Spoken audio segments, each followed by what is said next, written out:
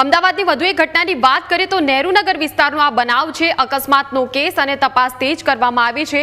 આરોપીનું reconstruction કરાય તેવી શક્યતા છે। આરોપી 100ની સ્પીડથી કાર ચલાવતો હોવાની કબૂલાત તેણે કરી। અકસ્માત કરનાર આરોપી રોહનના રિમાન્ડ મંજૂર કરવામાં આવ્યા છે। તો આજ મુદ્દે સંવાદદાતા મિહિર જોડાઈ ગયા છે। મિહિર, અકસ્માત કેસમાં તપાસ તેજ કરવામાં આવી છે, શું વિગતો મળી રહી છે?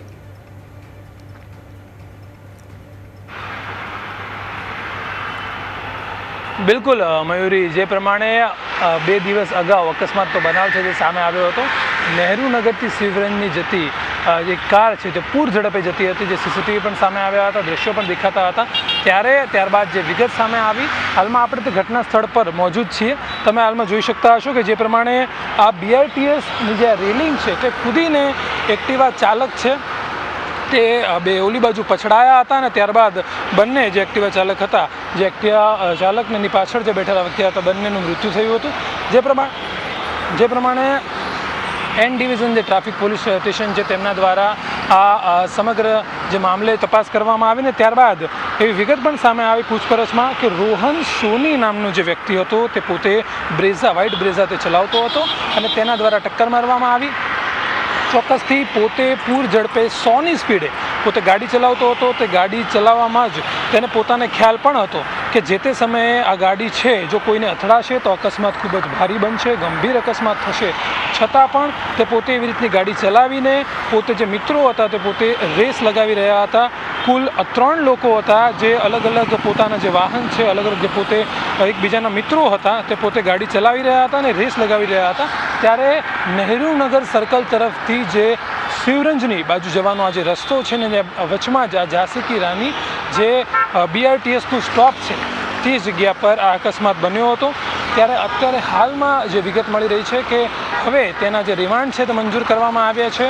આવતીકાલ સુધીના રિમાન્ડ છે તે કોર્ટ દ્વારા મંજૂર કરવામાં આવ્યા છે। ત્યારે પૂછપરછ છે જે વધુ વિગતે હવે કરવામાં આવશે। પૂછપરછમાં વધુ વિગત સામે આવી શકે, કારણ કે અત્યાર સુધીની પૂછપરછમાં એવું સામે આવ્યું હતું કે તે પોતે 100ની સ્પીડે ગાડી ચલાવતો હતો, પોતે રોંગ સાઈડમાં ગાડી ચલાવતો હતો અને સાથે જ તે રોંગ સાઈડમાં ઓવરટેક તે લક્ઝરીનું કરવા ગયો ત્યારે આ જે એક્ટિવા ચાલક હતા તેમની તરફ તેને ટક્કર મારી અને પૂર ઝડપે ટક્કર હોવાથી તે બંને જે એક્ટિવા પર બેઠેલા જે વ્યક્તિ હતા તે બંનેનું મૃત્યુ થયું। એટલે ચોક્કસથી હવે જે રિમાન્ડ મંજૂર કરવામાં આવ્યા છે એ રિમાન્ડમાં સમગ્ર પૂછપરછ કરવામાં આવશે।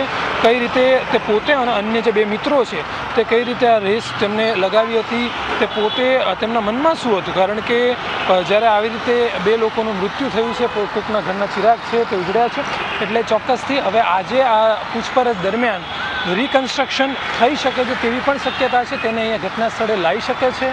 પૂછપરછ દરમિયાન તેને પૂછી શકે છે કે કઈ રીતે કઈ બાજુથી ગાડી તે પોતે લઈને આવતો હતો અને તે સમયે શું પરિસ્થિતિ હતી, કઈ રીતે જે એક્ટિવા ચાલક હતા તેને ટક્કર મારવામાં આવી હતી। એટલે ઘટના સ્થળે હાલમાં આપણે મોજૂદ છીએ। ઘટના સ્થળના આપણને દ્રશ્યો પણ આપણે બતાવ્યા કે કઈ રીતે આ ઘટના સ્થળની તે જે હાલત છે કે જે એક્ટિવા ત્યાંથી રેલિંગને કૂદીને સ્ટોપ બાજુ જે છે જતી રહી હતી ને જે વ્યક્તિઓ હતા તેમના માથાના ભાગ ઉપર ઈજા થઈને ત્યારબાદ તેમનું મૃત્યુ થયું। એટલે ચોક્કસથી અત્યારે જે રોહનની ધરપકડ કરી ત્યારબાદ કોર્ટમાં રજૂ કરવામાં આવ્યું, રિમાન્ડ મંજૂર થયા છે। હવે રિમાન્ડ મંજૂર થયા બાદ જે પૂછપરછ થશે એટલે રિકન્સ્ટ્રક્શન થઈ શકે તેવી શક્યતા પણ છે। પોલીસ તેને અહીંયા ઘટના સ્થળે લઈને આવે ને આગળની પૂછપરછ છે જે વિગત છે તેની પાસે મેળવી શકે છે। મયુરી, બિલકુલ આભાર મિહિર।